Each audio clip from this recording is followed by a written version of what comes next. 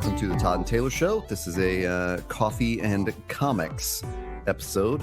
Taylor and I are recording this early in the morning on Sunday. Welcome, Taylor. Welcome, Todd. It's a good day to talk comics. It is. It's been a while since we've chatted comics. We used to do that. It used to be a semi-regular feature of the Todd and Taylor Show, and I think, as we've explained before, this year has been a little bit busy for us and hit and miss. So it's kind of nice to kind of come back to this topic and see what we're reading. Yeah. Should we just jump into it? What are you reading? Well, let's kind of go back and forth. I'll go, you go. We'll kind of give a different pick on our poll list or our read list currently, and we'll just kind of see. I'm going to start with a recurring one here on the Todd and Taylor Show, and that is East of West. Of course, by Jonathan Hickman, illustrated by Nick Dragata, who you recently got to hear from at Comic-Con, which is a whole other conversation. But I'm in the bag for this book. It was one when my comic loving sort of obsession kicked back up again, and especially when I really got into Image, East of West was a huge part of that and a huge reason for that. So I've been following it since late 2013, sometimes somewhere in 2014, when it came out. Yeah. And the story arc is definitely starting to head toward the end game. So let me ask you. We're many trade paperbacks into it right now. We're many trade paperbacks. Are they done with the single issues? We're two omnibuses into it too. So the World Volume 1, the World Volume 2, and I think he's going to do. I think he's going to do 3, but he may do 4, representing the 4 Horsemen of the Apocalypse, like volumes of this stuff, or seasons, if you will. But you mean the big omnibus, the big ones? Yeah. Oh yeah, okay. Yeah. So are they done with the single issues, and you're just kind of waiting for the trade paperbacks to come out? Oh no. I'm still doing the single issues digitally. When I first got into it, they were 3 trade paperbacks in. Actually, I take that back. When I got into it, they had just put out East of West, the World, which, if you want to get into the series, is the perfect place to start. It gives you all of the players, all the countries that are involved, gives you a sort of an intro as to why the United States is split up the way it is, and just really a nice jumping in point. And not a lot of comics do that, where they give you kind of a teaser issue like that. So it's just a one-shot issue. Yeah, just a one-shot. And I actually just happened to see it in the comic shop over Christmas one day, and it just looked cool.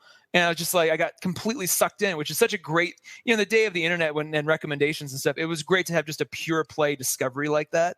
Yeah. And then come to find that it's one of my favorite things, which that's always, anytime I walk into a comic shop, I'm always wondering what is in here now that's going to be my new favorite thing that I don't know about yet.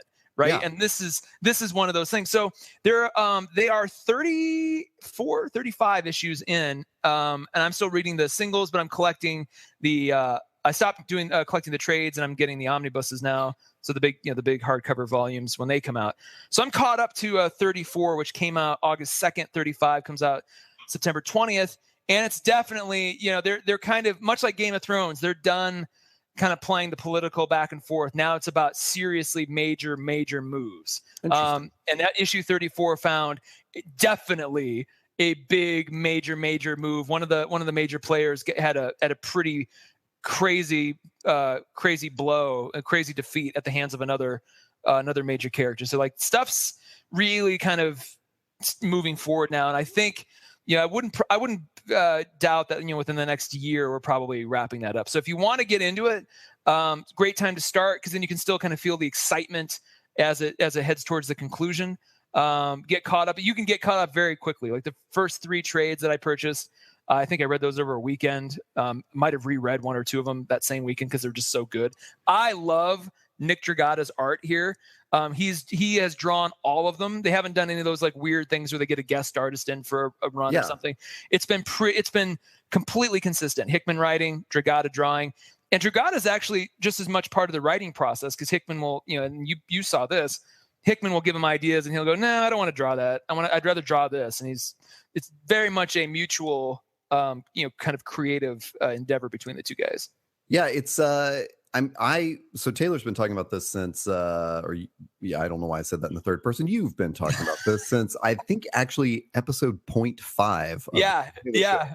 because I think this was I had to go back and look through our index. And I think this is the comic book discussion that got cut off. It was like real famous. We had done an episode. We were trying to do like pilot episodes, and one of them just got lost to history like halfway through. But yeah, I mean, and then when I visited you in Denver, that first year of the show, you showed me sort of volume 1, and I was like, read 2 pages and went, I'm in, holy shit.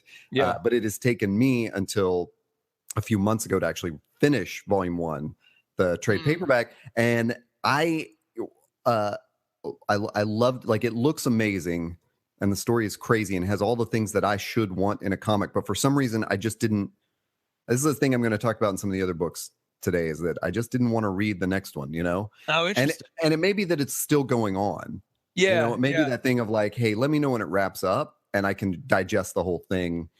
But but it's absolutely incredible. If you've not picked up East of West, I would almost say, if you can't find that one shot, East of West of the World, just grab trade paperback number 1. Image always does like $10 versions of their number 1. Oh, it's like $6 on Kindle right now too. Like on Kindle, it's like super cheap. So jump in, and you're gonna know like instantly, like if you want to keep going. I mean that. I don't know. Yeah, it's well, really and cool. I'll say this too. I mean, we beat this to death in other episodes, but like, if you're wondering, like, is it a Western? Is it sci-fi? What is it? I would say it's definitely a hybrid, and it's got a little fantasy thrown in for good reason, but it's more a Western. I think it's more a Western first, and then all the sci-fi elements are sort of the backdrop. A lot of things. Just for contrast, I would go the opposite and say it's a sci-fi that's put in a Western setting. Interesting. Yeah. And the reason I made that point is because there's a lot of historical context that's true to our history.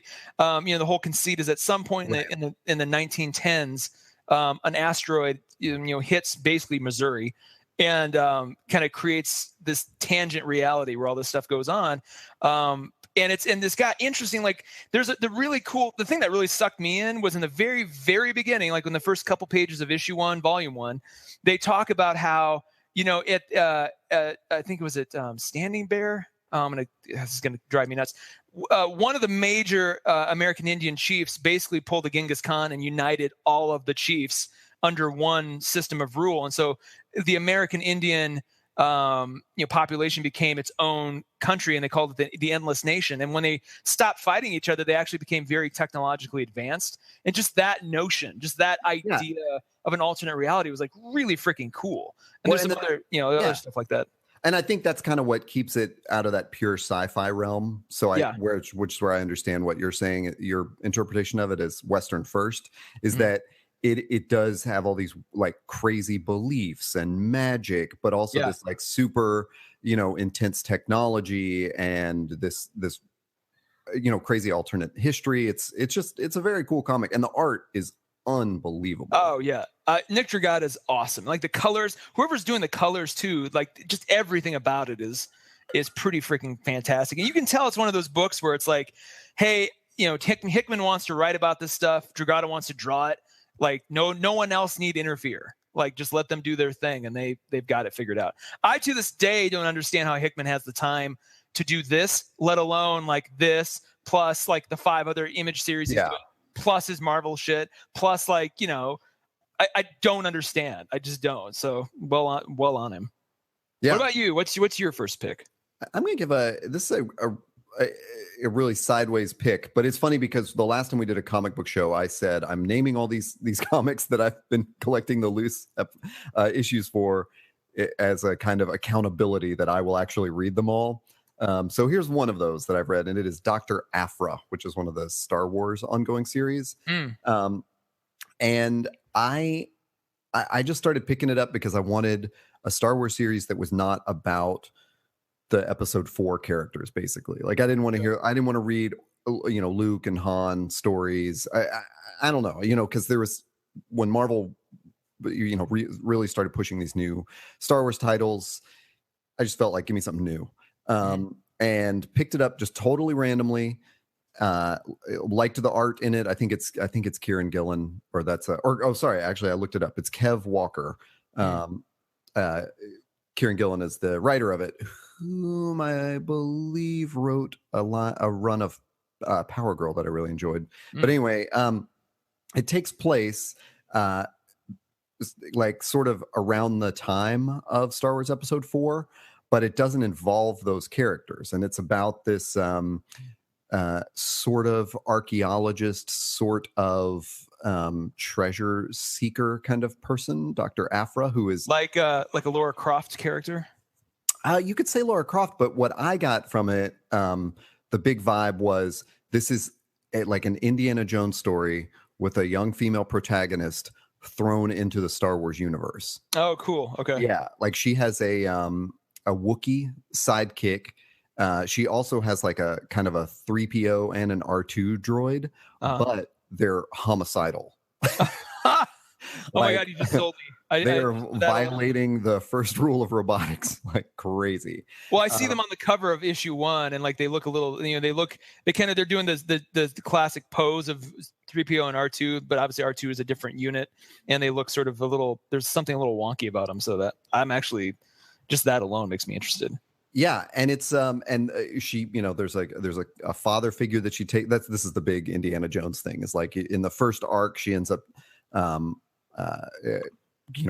regrouping with her father, and like they have this strained relationship, and he has to help her, in this one mission, and you very much get that vibe of like Indiana Jones 3, where there's the two Dr. Joneses.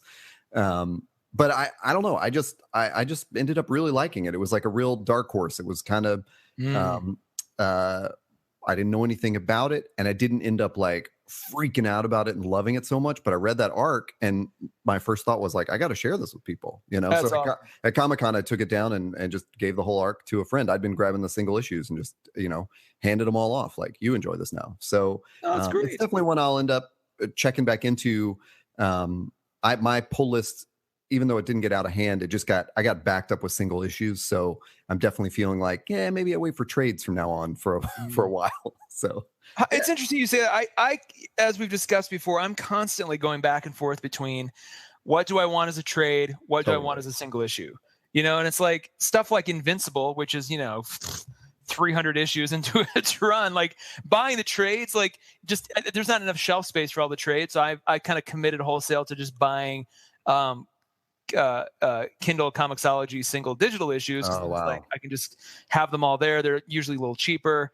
Then I can kind of keep up each week as that continues. But like something like East to West, which I love the art as much as anything. I want that on my shelf. I want the physical object of that thing. Yeah. So it's like, and then there's things like Southern Cross, which I joined Southern Cross the week it debuted.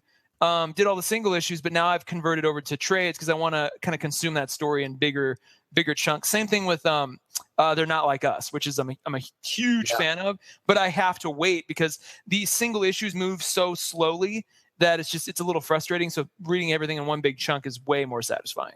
So I don't know.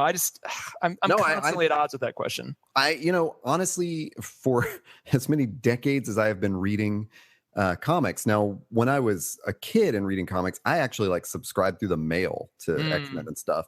But and the comic store was like where I went to just crate dig. I wasn't keeping up with new comics like on a weekly visit to the comic book store. But I never had a pull list until like this year or late last year or something, because I felt like, I got to keep up with a few comics anyway,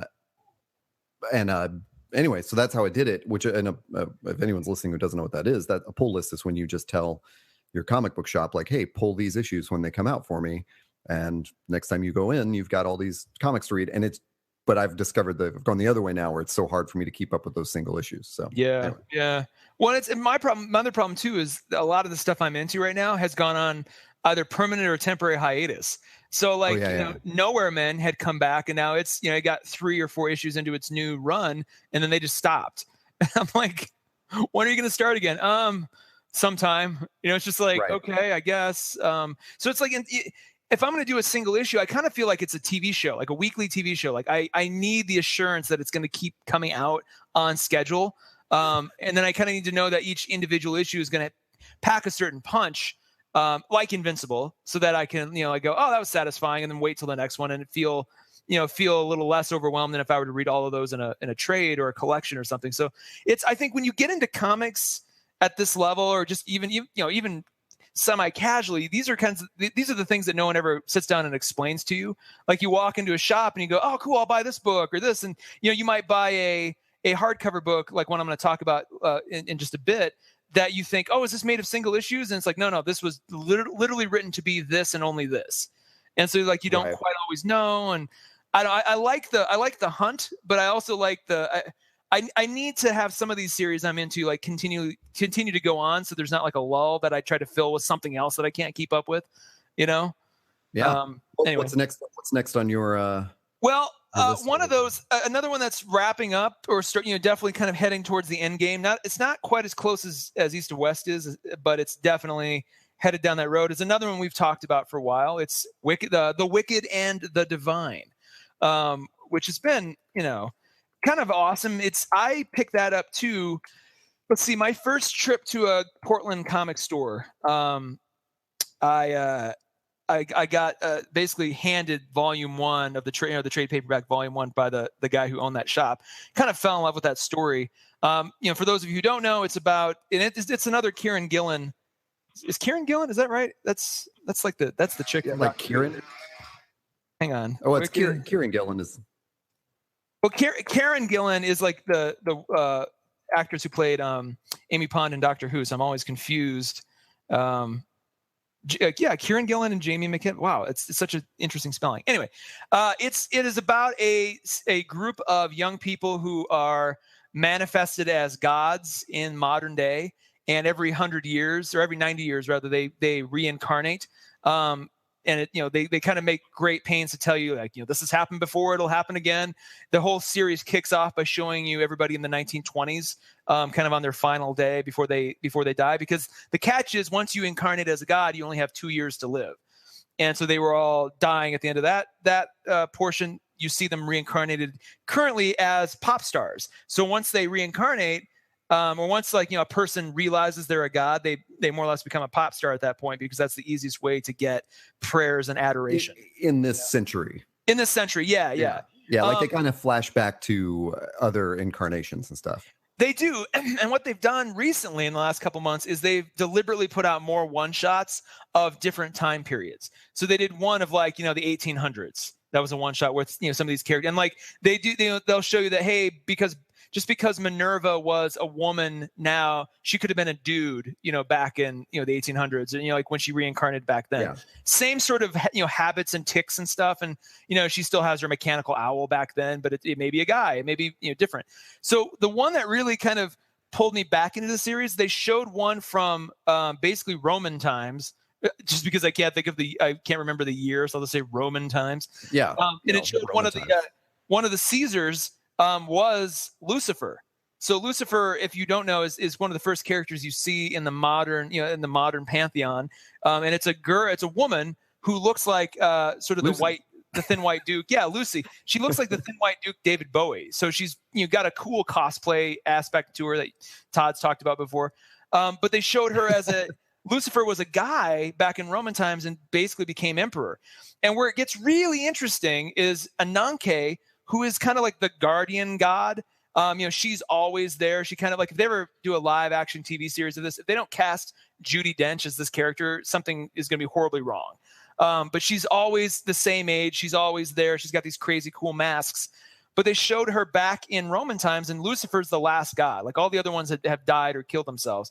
And Ananke says, hey, your time has come. And it's the first time we're shown that, the whole like they die in 2 years thing is kind of self-imposed. It's not like some magical thing like just makes them all die. Like they have to choose to either be killed or to take their own lives in 2 years. It's kind of like the the unspoken rule. So Lucifer at that point decides, no, I'm there's nothing, that's just silly, that's nonsense. And Ananke tells him, he's like, hey, if you don't die now, it's gonna get really bad. You're going to kind of go insane, and then you're going to beg me to kill you.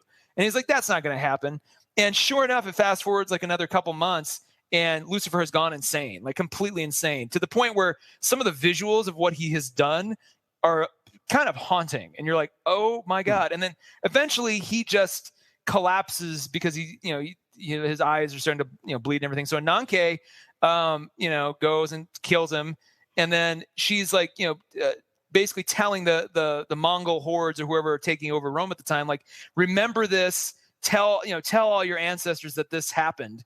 So that, because she doesn't want this to, she basically wants this to be a reminder that the next, in 90 years when the gods come back again, that, this is going to go wrong for you. So like, there's all these clues now that from these little one shots they're putting up that sort of mirror, almost Watchmen style, mirror the current narrative in an interesting way. And you're kind of seeing all these warning signs for the current crop of gods. And then Laura, who's sort of the main protagonist through the whole thing. So probably not the last time we talked about this, but there was a volume where they did a thing where every artist on each single issue is different. Yes. And that, I mean, you weren't like against it, but it was definitely like it disrupted your enjoyment of it. It definitely did. Are you back into it now? Like, has it sort of, because I remember you saying like when they actually finished it all, it made sense to you why they did it.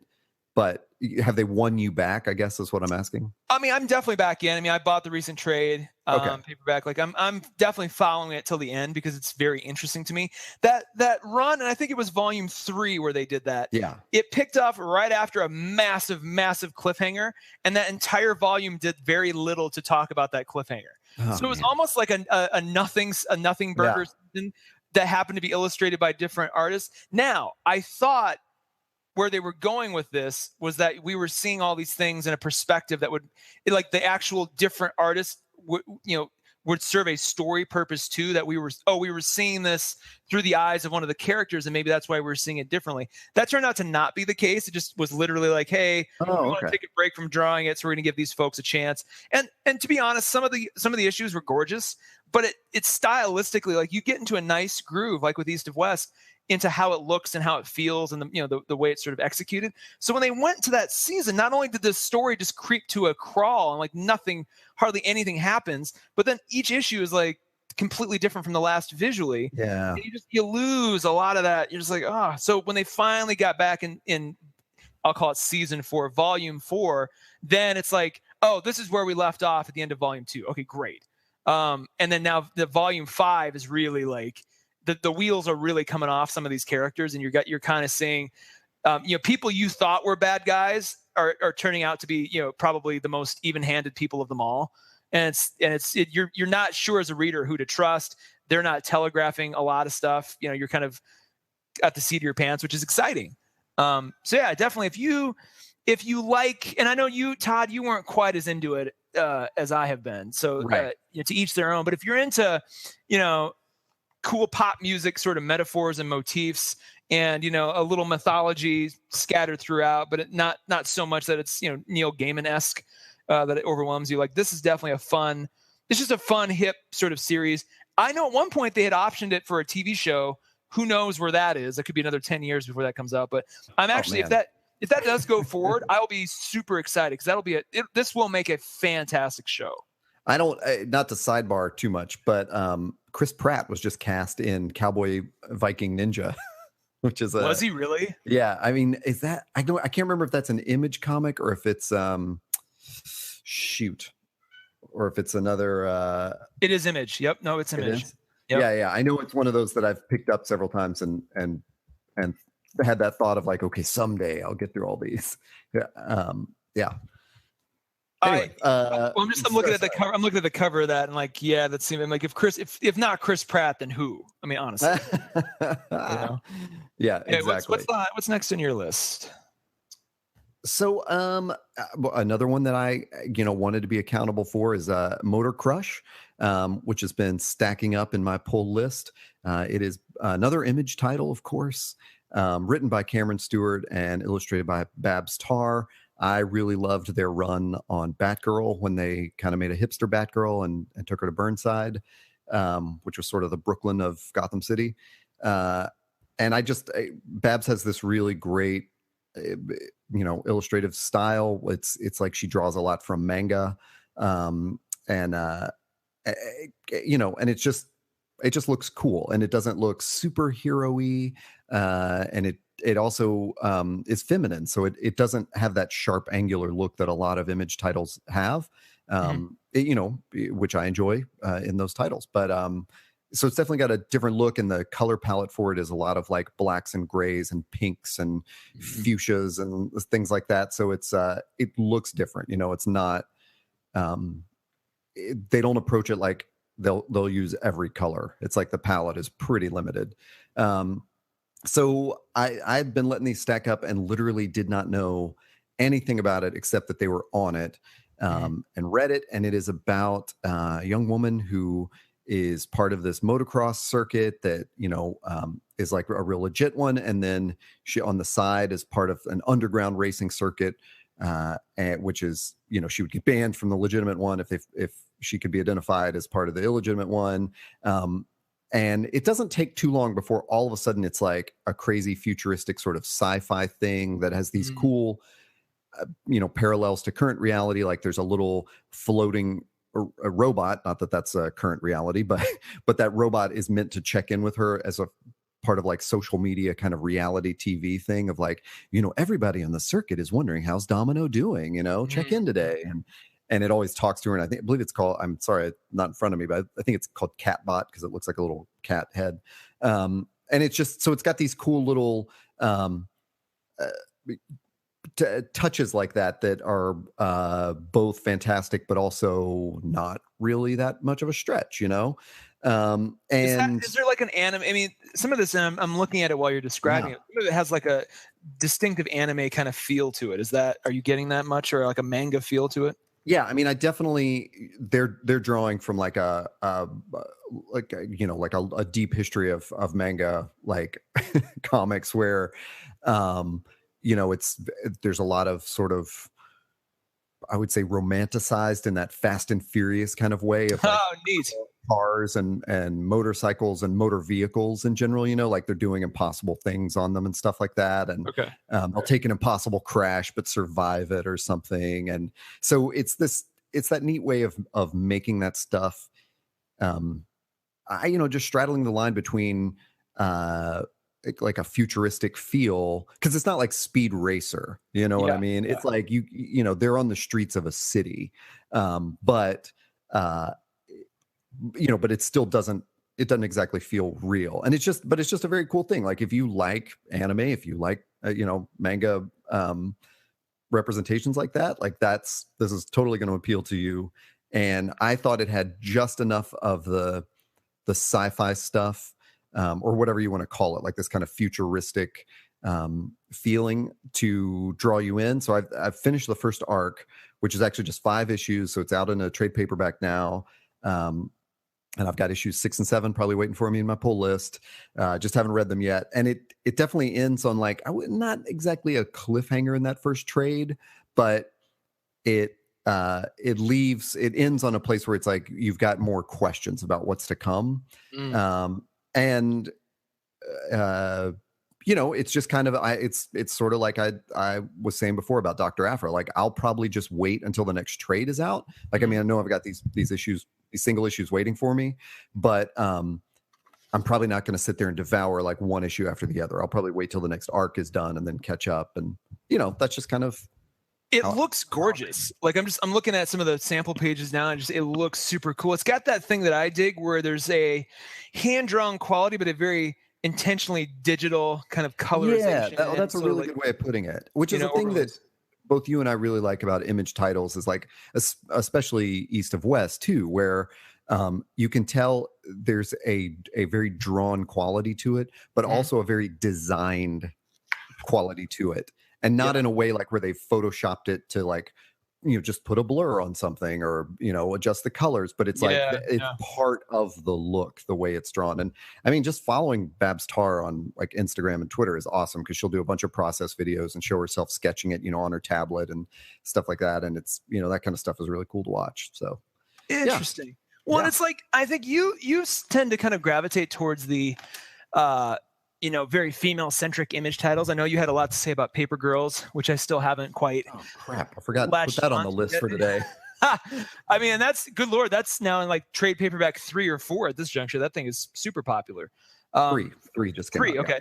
And maybe one day I'll jump on that. But for some reason, I just couldn't.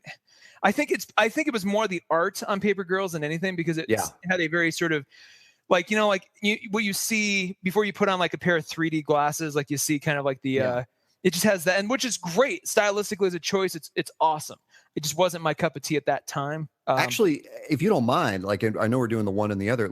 Let me talk about Paper Girls since you brought it up, because I did read volume 2. This was one of those where I had the trade paperback lingering forever, and since it came out, and then read it right before Comic-Con, and then they released volume 3 at Comic-Con. Oh, neat. So I have not gotten that one yet, but it had been so long since I'd read volume 1, I'd kind of forgotten like what a crazy sci-fi story it is.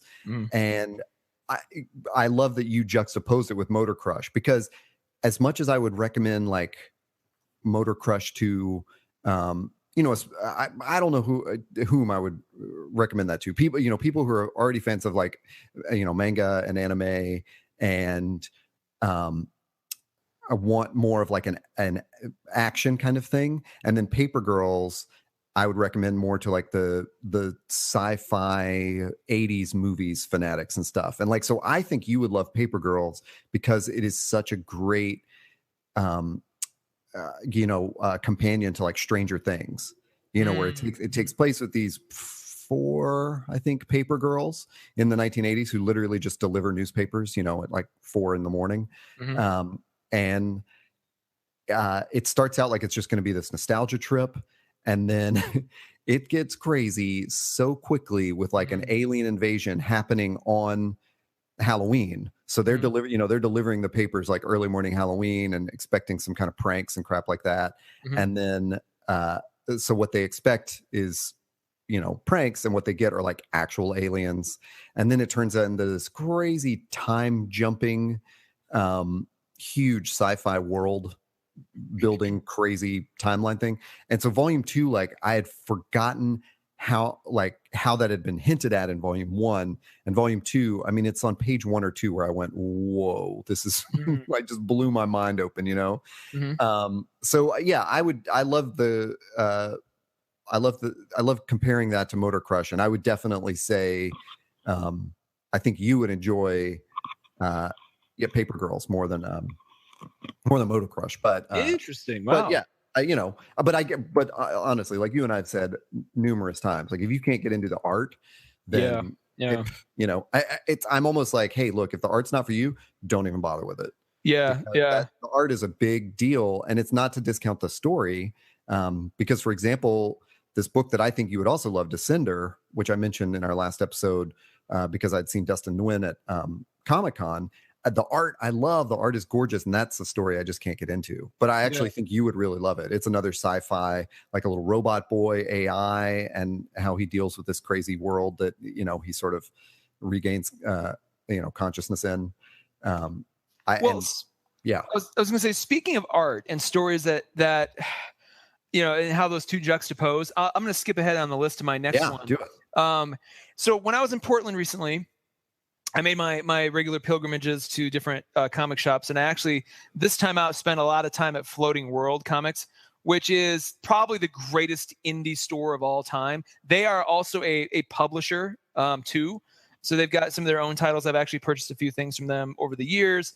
Books of illustrations and stuff too. So, but they've got they've got the big two as well, but they've got indie stuff that you would not even know about. And even more indie than like Drawn and Quarterly, like some really freaking indie stuff. And one of those things was a awesome kind of trade paperback called The Theory of the Grain of Sand. And it's, I'm going to completely butcher these names, but it's by Schuten, which is, it's got like that German tilde thing, and then Peters. And it's an IDW published title. Now, when you open this thing up, every page has got kind of a creamy, almost kind of coppery color to it. And then all of the illustrations are like almost kind of like that stencil stiffle sort of style. So black on that. And then every time they show you the grains of sand or other things that are meant to sort of represent that, they're in pure white. So the reason they went with that sort of that grayer motif is so that when the white comes in, it's definitely visible, definitely important. And like the art is just unbelievably gorgeous. Like there's a steampunk kind of aspect to it. There's just really the level of detail is unbelievable. Like, so just for that alone, I bought this. I'm like, well, just to have this in my collection, I think is awesome. Now the story is really cool too. I'll give you just kind of instead of just rambling, I'll give you kind of what is on the inside cover. It says Brussels, July 21st, 784. Constant Abels patiently catalogs the stones that have mysteriously appeared in different rooms of his apartment. All are exactly the same weight, 6,793 grams. In a nearby building, a young mother can't figure out what the source for all of the sand that is accumulating in her apartment is. Not far away, the owner and chef of a famous bakery or brewery, Chez Maurice, cannot stop losing weight, though his body has not changed. Only weights can hold him close to the ground. And these strange phenomena are getting worse every day, and they all connect together. So like he's losing as much weight as 6,793 grams. Like all these things are like related together. So there's kind of like this mystery of what connects all these things. Like this world is kind of like a steampunk kind of, 1920s kind of world. There's a lot to it, but the reason I bring this up is this, it's one of those situations where the artwork is just amazing, but the story is kind of a tough sit. Like, and not that it's bad. Yeah. It's just like you'd think that it would move a little faster, but it's almost like as deliberate as the artwork is, the story is 10 times more deliberate. So you gotta you can't be tired when you read this. You gotta really pay attention, really like take it in. And it's not. I in the notes I mentioned not to be confused with the other awesome graphic novel, A Tale of Sand, which is the right. Jim Henson adaptation screenplay that they turned into it. Awesome. Just one of my favorite graphic novels of all time. This is not like that. It shares the title similarities, but it itself is a very different feeling kind of book. But I've gone through it once. I'm kind of halfway through my second blast through it. I'm definitely picking up things I didn't notice the first time. Definitely, it feels more like literature in how considered it is. It's one of those that kind of transcends the graphic novel format a little bit, and it may be one that you see pop up. I wouldn't be surprised if it pops up on the 100 greatest graphic novels of all time, in a couple of years, where it's just it just kind of becomes noticed and found and sort of gets on there. So it's if you want one of those higher level reads, which I'm sort of a fan of, definitely in past episodes we've talked about this. This is definitely a something to keep on your list, and when the time is right, to throw it on there. Nice. Yeah, I mean, I was looking at pictures as you were talking about it, and it definitely is like a work of art. And I always appreciate that you pick those out when I'm like, hey, this one's got motorcycle girls in it. Yes, but motorcycle girls are important. In fact, I would love to read that after this, because this is so kind of heavy. Yeah. I kind of feel like just a nice, bright visual romp, I think, is a good balance. Cool. Balance to this. But yeah, definitely it's one that you want to, it has a dreamlike quality to it, but it's not surreal in the way that A Tale of Sand is just completely surreal. Yeah. So yeah. Cool. I got another twofer for you. But I'll make it quick. So I caught up on both Black Science and Saga. I had volumes waiting to be read, and when I started on those volumes, I realized I don't even know where I left off. So both of them I had to go back a book and read it. So right before Comic-Con, I got caught up on both of them. In Black Science, I read volume 5. I had to go back and read volume 4 and then read volume 5. And then at Comic-Con, they released volume 6, or at least it came out around that time. And so now I'm behind again. And Saga, I finally read, I think it's volume 7 trade paperback. Yeah. But what was the only note I wanted to make, because I've mentioned these in literally every comic book episode we've ever done. So there's no need in me trying to resell these or talk about what they're actually about. They are very different visual styles. Black Science is very hard, sharp, pen and ink lines, very Italian looking is how I've put it before. Yeah, very much so. Saga is minimal in an interesting way, where everything is kind of weird, and they spaceships don't really look like spaceships. They're flying around in a tree that's a spaceship, and so it's it's like a lot of playful stuff, but it doesn't look cartoony in any way. You know, it doesn't look silly. It just looks strange.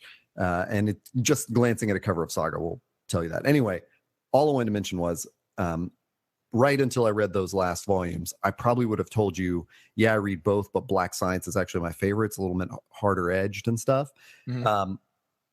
Reading them back to back, and especially going through multiple volumes back to back, I felt immersed in the world of Saga in a way that I did not feel in Black Science. Whoa. Like, I was like emotionally invested in Saga.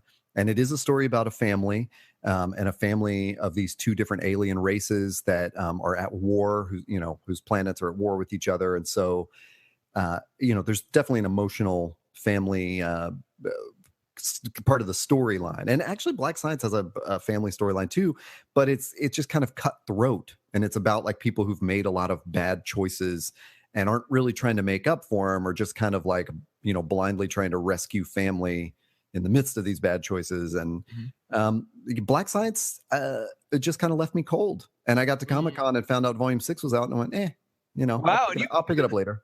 You've been in the bag for Black Science for a while too. You've talked about, like, that's kind of like your East of West, like, Traditionally, it's been, And honestly, like, I would still say those first 2 or 3 volumes of Black Science are amazing, but it's this problem that you and I have talked about with movies and TV shows and everything, is they've set it up like volume 1 and 2.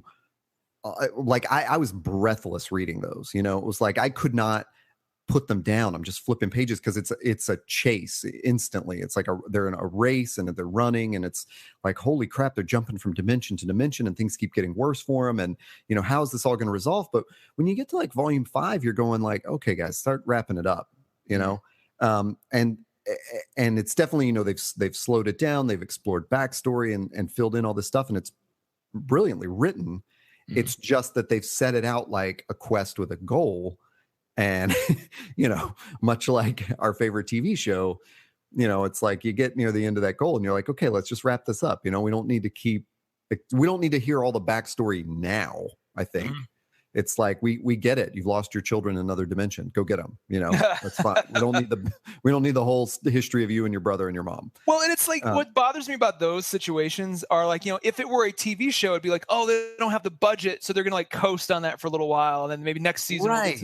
Like here, it's like budget's not a concern. Like you can do anything you want, jump to it. Like, don't pretend as though you're sort of facing the same constraints story-wise that a TV show with production capabilities would. Yeah, I don't really understand it. So but I don't, it's still a wonderful comic book. I'm just telling you, like, I was emotionally invested in Saga and just lost in the world of Saga reading it. So yeah, that's it for those picks for me. I didn't want to belabor that point.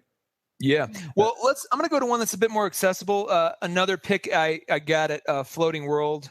That's very indie, to the point where I think Kilgore Books has only published this. It's called My Hot Date by Noah Van Sciver. And it is, it's one of those kind of like little, very indie comics. Everything is hand-drawn, hand-colored. It has that feel to it. But it's been, apparently 1 million copies have been sold, and it's based on a true story. So I'm like, oh, why not? It's one of those, I was looking for something a little quirky like this, especially after the theory of the grain of sand. I was like, I need something to balance that out. So I grabbed this, and it's kind of a delightful little read. It's super fast. I'm looking at it right now. There's probably, maybe 50 or 60 pages. Super fast. I will say this, it's about the author's kind of growing up in the mid 90s and, his first date that he went on. And it's, if you're ever jonesing for some 90s nostalgia, like get this one and pull it out, because it's like in the way that Ready Player One deliberately, pours 80s nostalgia into its story, this does it, unintentionally. Like all the 90s references are just sort of there. They don't shine a giant light on them and try to like pack every 90s thing into every sentence. You just get a feel of like pretty instantly, oh, that's right, this is what it was like to live back then. Everything from IRC chat rooms to Korn playing on a CD and a shitty little Walkman somewhere, like just all that stuff. And the main character too, like he's got he's from a very like lower middle class family. Like he and his sisters have to share a bedroom together. and his mom's apartment, and just like he's a skateboard kid, and he's not a very good one. All of the things that if you grew up in the 90s, like you're going to find some familiarity to, even if this wasn't your story, like you'll feel like, oh, this could have been my neighbor. Oh, this could have been one of my friends at school. So it's really fun. It's got kind of a fun twist ending. When he finally goes on the date, there's a kind of a really funny twist. There's a lot of humor in this thing. So yeah, if you're looking for just a nice, fun little read, I will say too, this looks visually, it looks like something they would have animated for MTV, to follow Beavis and Butthead back in the day, right? Like a Daria. Yeah, exactly. It's got the Daria kind of vibe to it. So this would have fit right at home with that animation style if they, decided to make it a thing or show or a little short movie or something. So if you're missing the 90s, definitely pick this one up. Nice. I would actually, so you and I, we talked about, we're skipping back and forth, but let's hear what your next one is, because really all I've got left are like sort of shout outs for some things. Well, let's, and I'm saving this one for last because it's the one I'm most. Oh, you want my shout outs first and then this? Well, no. Let's do your shout outs last because I will wrap it up there. But the other thing I picked up in Portland is the 3-book series AD After Death. Yeah. And I'm curious about this because this has been recommended to me by other people. Well, it's Scott Snyder with Jeff Lemire doing it. And I've heard about it for a little while, and it's just 3 issues. They're kind of in a sort of pseudo prestige format. They're bigger than a regular, right, like physically, like longer and wider than a regular comic would be. The thickness in terms of page count is deeper. I think this one, like I'm looking at issue 3, it's like $6, a copy. So, and there's only 3, and I think they've done since a trade paperback of them all. But honestly, just pick up the 3 individual issues if you can. Like they're like almost like mini trades onto themselves. So they're just kind of cool to keep. There's a crazy huge volume of this out now because I saw it at Comic-Con. Yeah, exactly. And they collected them all and probably added a bunch of stuff. So now that's it, I think. Yeah, that's it. It's not an ongoing series. It was definitely meant to be a limited run, 3-issue thing. There was an arc that definitely wraps up. And it's one of those books where it's, the art is, I would typically not like the art, but the story was so compelling. I'm like, I kind of put up with it. And it's that art style that I don't usually gel with, where it's kind of the hand drawing with like watercolor coloring, which is, can work. But in this case, I'm just like, I don't know. What hooked me though was that it was a lot Jonathan Hickman's Pax Romana, where the artwork's great, but a lot of pages are just pure text with maybe a kind of a splash image in the background or, kind of accompanying the text. A lot of it's just like a script that you just read. Give us a little hint on what's the story about? Because I don't know anything about it. Yeah. And this is what sort of hooked me. It takes place in a kind of a pseudo dystopian world where there's this calamity that's impacted Earth. And you don't know if it's climate change. You don't know what it is, but they have built this, this sort of enclave, this haven for the survivors in the Rocky Mountains. At least that's what I'm taking it as, the Rocky Mountains. And it's, kind of a futuristic place. And you find out pretty quickly that most of the people there can live forever. They don't age anymore. So you kick in with the main character, and he's doing some farming, and he's been talking about how he's been doing this farming for like the last 30 or 40 years. And he's going to go on a break, for 100 years and then come back, to do the farming later. And you're like, wow, this is their life. Like they all kind of switch jobs every, half a century. And from what I can tell too, they don't get it. They do that cool thing where they mention aspects of the technology of the world, right? But they don't super duper delve into them. So you kind of get like, which I like, because it's like the story just keeps going, and you kind of get these incidental glances at how the world works, because those things aren't necessarily critical to the story, but they're nice garnishing, to the actual story. So I like that, because then it kind of lets you decide, why that thing is the way it is or how it happened, and you can kind of self-author as you go. So apparently, like, they do a mind wipe too, where some of these people have lived for centuries, and they make a point to mention that the main character was married to another main character at one point, and she's married to somebody else now, because when they reset themselves, he knows that he was married to her, but he doesn't remember a lot of the life or what happened. So it's a really interesting story, and I would tell you volumes or book 1 and 2 are awesome. Book 1 especially is great. Book 3, some people will probably think the ending is beautiful and awesome, and there's definitely some merit to that. But the ending to me felt a little cliche and it just wasn't as satisfying as what they were building up for. It's kind of one of those classic, without giving too much away, it's just one of those classic, like, take into account the fact that these people have been living for hundreds and hundreds of years. You can imagine at some point they're probably going to repeat things that they've done before without knowing it. And there's a lot of that kind of playing at the end of the book. And again, you can take that as, oh, that was the perfect ending for me. I just, like, I've seen this ending before. I really felt like there's a lot of interesting kind of world building stuff that they were putting out there that I thought would have been a little bit more interesting, or more like, dark. It was looking like it was going to be a Black Mirror episode. Like, it had all the makings of like a great Black Mirror episode, and the ending just wasn't as shocking or as like twisty as you'd wanted it to be. It just felt a little more like, oh, we've seen this. I kind of wanted something like, what the heck? I wanted to complete this going, you're just totally mind blown. Like, what? Right. How is that possible? So I'm definitely glad I picked it up. Maybe one of those things that I have a different context for after a couple more, over the years, if I reread it, I think will be interesting. But definitely, if you're thinking about it, grab book 1 first. Because that'll let you know if you're acquainted with the artwork and just if the story is your cup of tea. And then if go on from there, and just know that book 3 you may love it, you may hate it. I was kind of somewhere in the middle. Cool. Yeah, I mean, I've heard great things about it, and the collected edition is really insanely beautiful. So it's interesting that when you approach it as 3 separate episodes, that you have that takeaway. You know what it kind of reminded me of, just stylistically? Like, you could easily see this being turned into a film a la Ex Machina. It had that sort of immediacy, and like, they don't pack it with a bunch of characters. Like, you basically have one main protagonist and like 3 or 4 supporting characters, and that's about it. And you kind of like, you can tell a really compact, nice little indie film story here that I think, again, the ending is what it is, but like, you could see it sort of being done in that vein where it kind of feels like, oh, this is a cool indie sci-fi movie, like, a la Ex Machina, a la, those movies that we've kind of associated with it. Nice. All right. Well, I'll do my short shout outs, and we can talk about like what's on the reading list and what's coming up for like Todd and Taylor podcasts. Let's do it. But my, again, another comic that I've mentioned on literally every episode that we've ever done is Chew, which wrapped up a while ago. And knowing that it was wrapping up and I was already behind, I didn't go out and buy like all the trades, until the wrap up.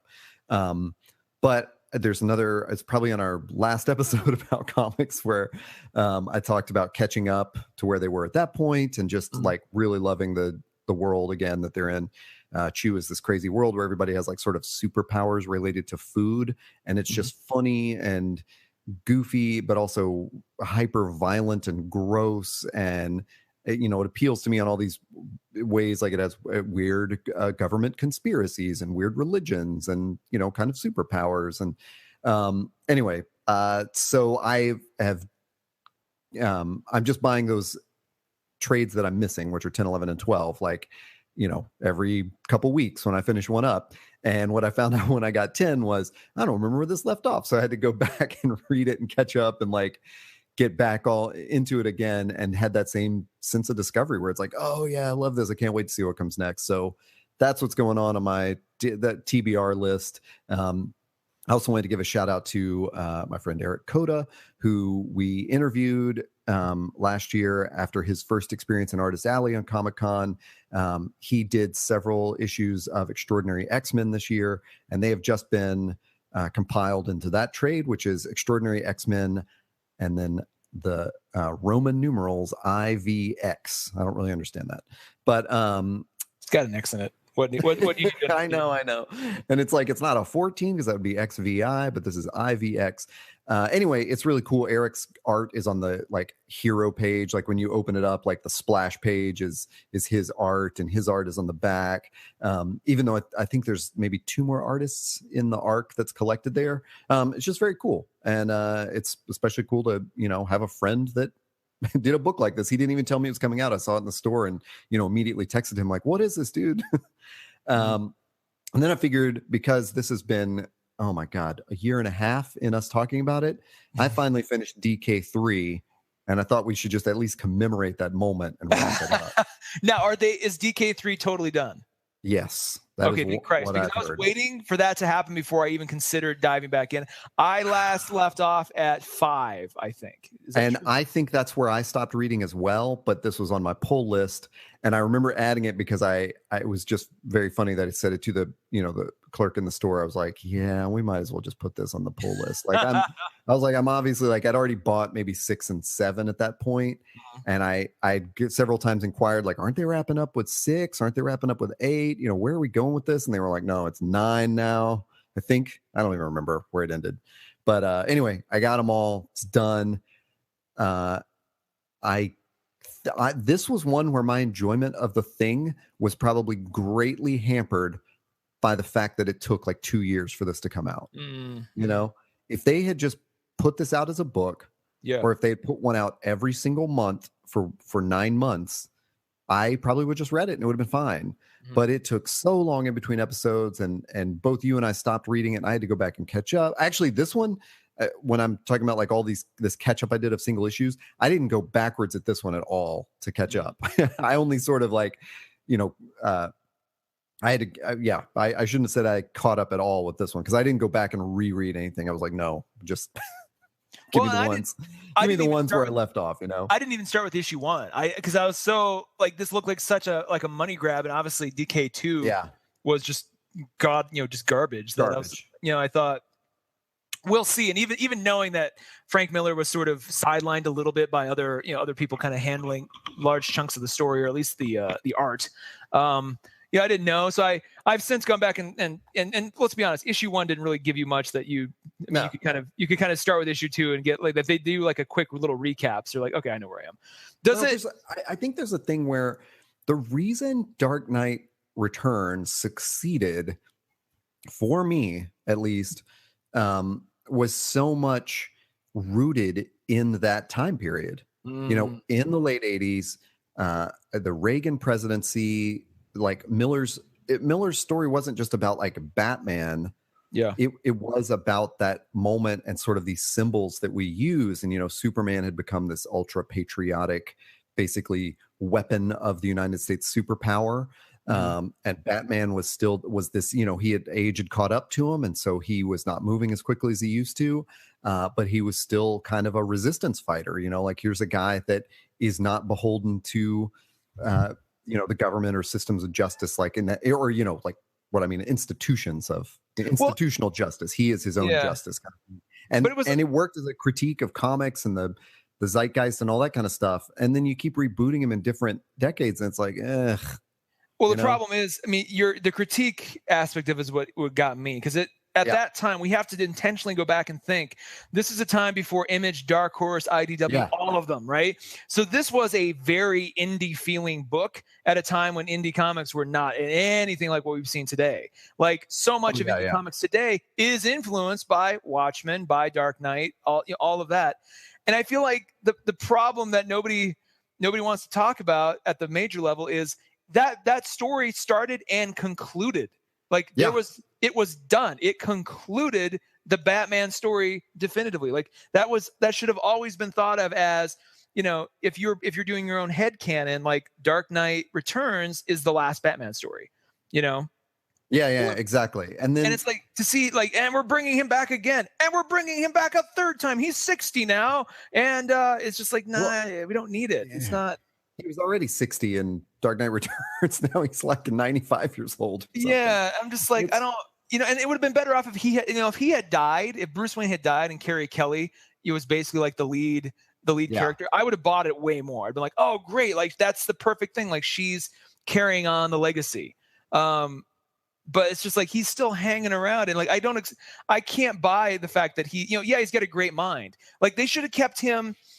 They could have done a really cool thing especially with this third one, where he embraces the Bruce Wayne of the what's that Batman cartoon in the future where Bruce Wayne's basically like back at the computer. What am I talking about? Batman Beyond. Batman Beyond. Yeah. They could have done a really cool kind of Batman Beyond homage where Bruce Wayne's still around, but he's not ever going to suit up. He's kind of like Oracle. He's back at the computer, advising either Carrie Kelly or, if they want to bring in the dude who plays Batman and beyond, like, however it needs to be. I would have been super duper into that.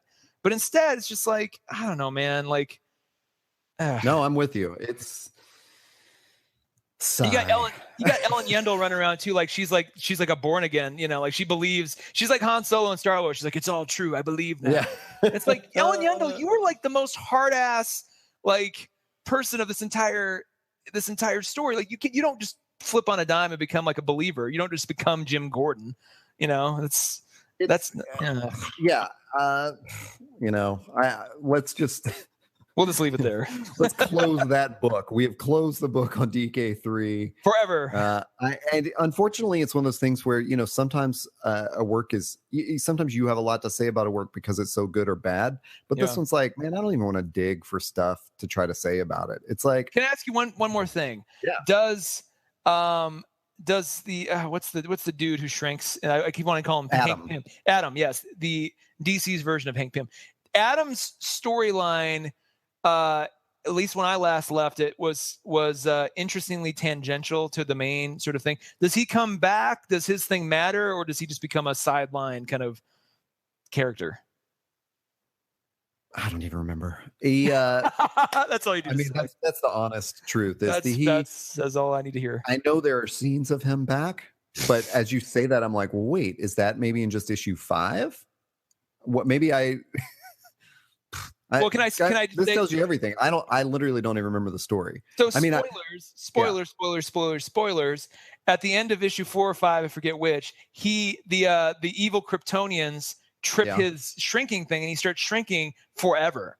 Very, very similarly to by the way, what happens to Scott Lang? Scott Lang, in the Ant-Man movie, which I had seen after reading that. So I was like, oh wow, that actually adds new context. So he just started shrinking forever, and I would hope that at one point that would, he'd find a way to reverse that, or he would become a linchpin to their succeeding over the Kryptonians, just something. But apparently it wasn't anything great. I do think he comes back, as I recall, but it just, again. Yeah. All right. I don't know. Yeah. It's such a weird story. Yeah. Yeah. Like I said, we've said enough about it. Do you have a to be read pile that's coming up for our next comic episode? Keep each other accountable here. Yeah, let's do. So the many things I'm going to definitely grab and read, and maybe even today, the Southern Cross Volume 2 trade paperback. Southern Cross Volume 1 was one of my favorite mystery, like sci-fi mysteries. Like it was definitely a mystery story set on the board, a kind of haunted spaceship. And Southern Cross 2 did this thing where it kind of takes the story in a whole new way with a whole new tangent storyline or narrative, and they're going to hopefully join it up to the first one again. So I'm actually really intrigued by that. Definitely going to grab that. Definitely going to grab, try to catch up on Postal, which I've been meaning to for a while. Yeah. Postal's been one of those Top Cow series that I've really fell in love with. And the problem with Postal is they have 2 other titles that share the Postal universe, and they've done a couple event kind of crossovers, and it's like, I feel like I kind of have to know all that before I get to those crossovers. And so they kind of made it more complicated on me, but it was when I last left off, it was really headed in an interesting direction. Like that whole thing needs to be an AMC series tomorrow. Like they should be optioning that now. So when Walking Dead's over, that just falls right in place. Cause it is a killer series that has no fantastical elements. It's all about this little small town in Wyoming that nobody knows about, where all these ex-convicts go to basically live, out of the limelight, hopefully peacefully, and they have to kind of coexist. So you've got like, white supremacist murderers against, right alongside like child pedophiles and stuff. And it's kind of like this crazy, and there's this kid, whose mother is the mayor, and this kid is like, Mark is the postmaster, but he's got some severe Asperger's. But he's learned to kind of turn his Asperger's into almost like a Sherlock Holmes power. So he's like running around trying to solve all these mysteries and stuff in the town, while at the same time learning about his heritage, which is kind of dark and creepy and weird. And so it's like the whole thing is, God, it just sucks you right in. It's so good. It's got kind of again, for me, my sensibilities, it's got sort of a pseudo Western vibe to it too, although it's set in 2015, 2016. but it's just it's good. I need to catch up on that thing. So I'll hopefully have more to say on that. And then I've got a couple single things that I need to pick up. I might pick up Motor Crush. So I'd love to give you my take on that next time. Yeah, that'd be cool. And just probably Invincible. We'll go get more into Invincible next time. I wanted to wait because that's also Invincible. I think is also headed toward its end game too. So I kind of want to do more to talk about that than just like the latest issue. That reminds me of some comment I overheard at Comic-Con that somebody said Kirkman was wrapping up Walking Dead. Kirkman does Invincible also, right? Yep. And and then the other comment I heard was like, it was something like, well, he's got 2 more years of Walking Dead. And they went, wait, does that mean he has 2 more years of stories after what's already been completed, or that they will actually wrap up in 2 years? Because it's definitely one of those things that it's been going on for so long. Yeah. But so on my list, I mentioned this in our last episode where we talked about Comic-Con, was that I heard the artist of Rocket Girl speak at an Image panel, and I just they showed a bunch of her art, and I was like, holy crap, I'm really into this story and this art, and it looked amazing. So I am probably headed to the comic book store to pick up Rocket Girl's trade paperback volume 1 today.